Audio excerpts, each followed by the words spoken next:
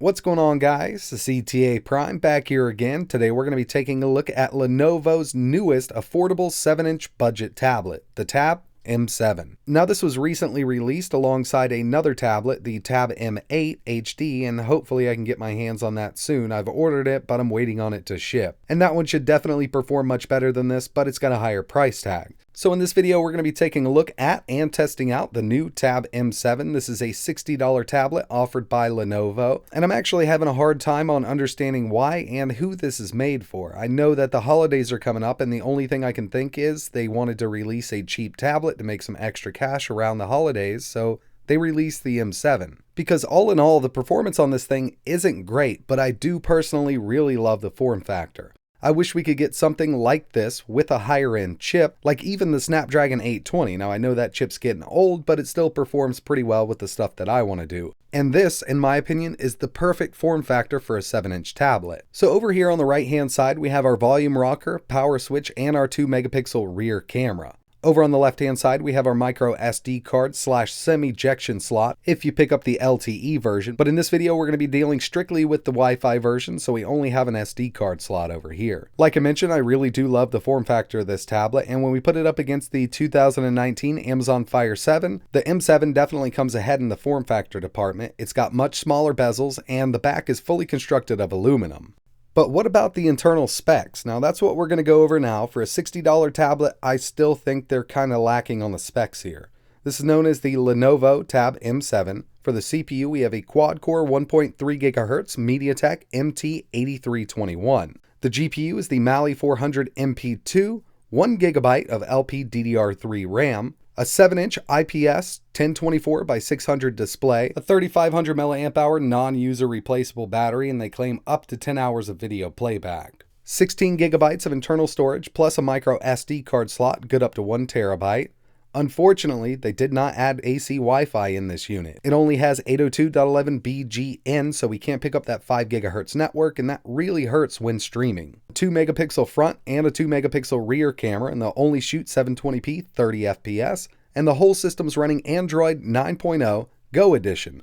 And that's actually one of the best things it's got going for it. Now there are a few extra side-loaded apps, but they can be deleted when you boot the unit up. And Android Go actually works quite well with 1 GB of RAM as opposed to the regular version of Android 9.0. But I still look at this as quite odd, seeing that it's 2019 and companies are still releasing Android devices with only 1 GB of RAM. Even though this is running Android Go, an extra gig or even a half a gig would have helped out tremendously. So overall, this device is still pretty close to stock Android. We do have the Google Play Store right out of the box. You don't have to do any modifications to get that, so you can download your favorite apps. But keep in mind, this is a very low-powered chip in here, and a lot of the games aren't going to run at full speed, even some of the lower-end ones. Now, I think one of the main things that's hurting this tablet the most is the exclusion of AC Wi-Fi. If this had AC Wi-Fi built in, streaming would be pretty great on here. But we're going to go into Netflix now, and I'm actually only about 12 feet from my router. Obviously, I'm on a 2.4 gigahertz network because we can't pick up that 5 gigahertz. But loading everything up does take a little bit of time.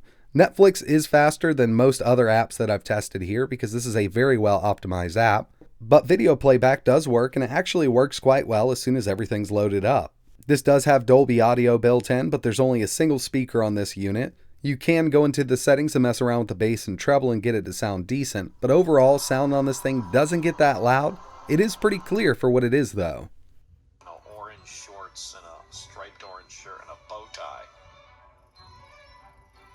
When we were little, we had like our own.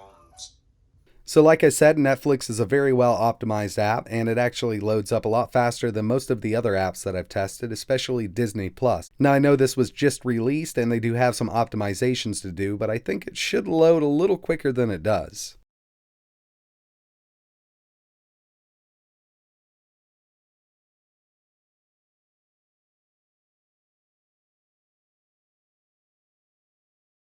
And I personally think this has to do with a combination of things, the slower CPU and especially the slower Wi-Fi chip that they chose to use in this unit.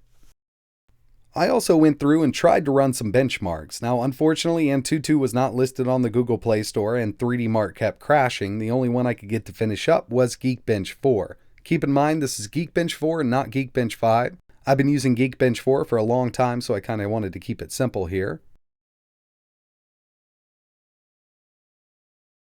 Single core, we scored a 432, multi 1168. Very low end on the scale, and when we compare this to the 2019 Fire 7, the Fire 7 actually comes ahead in single and multi, and the Fire 7 is a very low end tablet to begin with.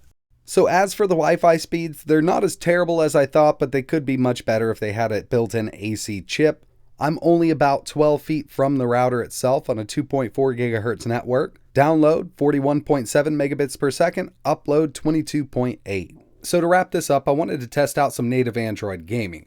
PUBG, Call of Duty Mobile are pretty much out of the question on this low-end chip, and especially since we only have that 1 gigabyte of RAM, but there are some games that actually run much better than I thought they would. Like Hearthstone here. Now when I started up the game, it did give me a warning that my device isn't at the recommended specs for the game and it might be slow. And I have noticed a few slowdowns here and there, but the game is playable on the M7. And the same goes for GTA San Andreas. Now I did have to set everything to medium, but the game is fully playable on this Lenovo tablet. And this one actually really surprised me because I did test some other games that are very well optimized for Android and I had a little trouble running them. Like, believe it or not, even Minecraft was a bit slow on this tablet. And by the way, I had to lower every video setting in the game itself to get it to run this good. And as you can see, the rendering distance isn't great and there's lots of stutters going on. This is actually pretty odd because Minecraft Pocket Edition is very well optimized and it works on a lot of lower end devices quite well, but we're having a little trouble with the M7.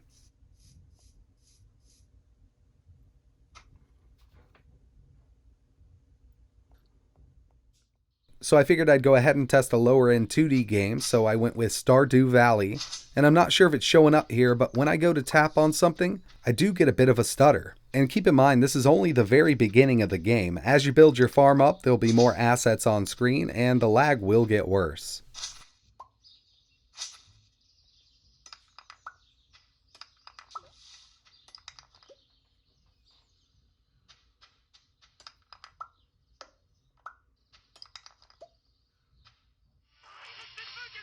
I also had to test out some emulation on this device and I didn't even bother hooking up a controller, but it does have Bluetooth built in, so you can use Bluetooth controllers. This is FBA running Marvel vs. Street Fighter.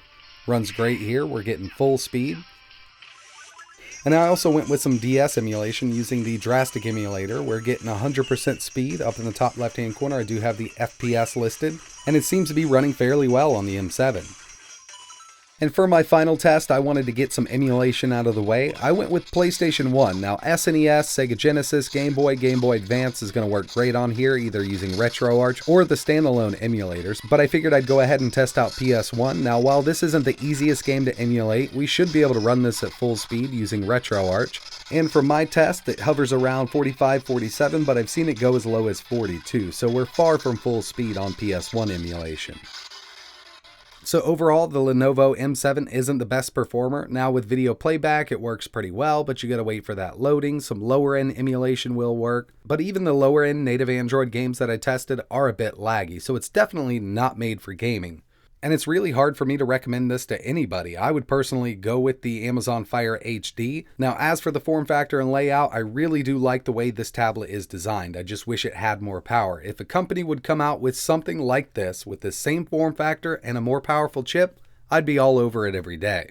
But until then, we're going to be stuck with these low-end chips in these cheaper tablets, and it's really unfortunate because I'm a big fan of the Android tablet community, and we just haven't had anything good except for that Galaxy Tab S6, but it's a really expensive unit. In my opinion, it is the best Android tablet ever created, but it's got a really, really high price tag. Now in the next coming days, definitely keep an eye on the channel because I have the other new Lenovo Tab M8 coming in, and it does have a quad-core 2 GHz CPU. Now this is the same CPU I tested in a cheaper Android smartphone recently, and performance was actually decent. We should be able to do Call of Duty, PUBG, Minecraft at full speed, and not to mention emulation. PSP, Dreamcast, PlayStation 1 is going to run fine on that tablet, so if you're interested in checking out that review, definitely hit the subscribe button because it's coming in soon.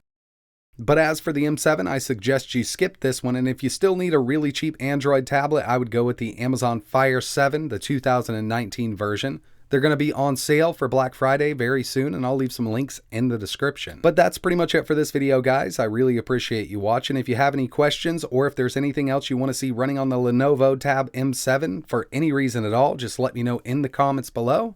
But like always, thanks for watching.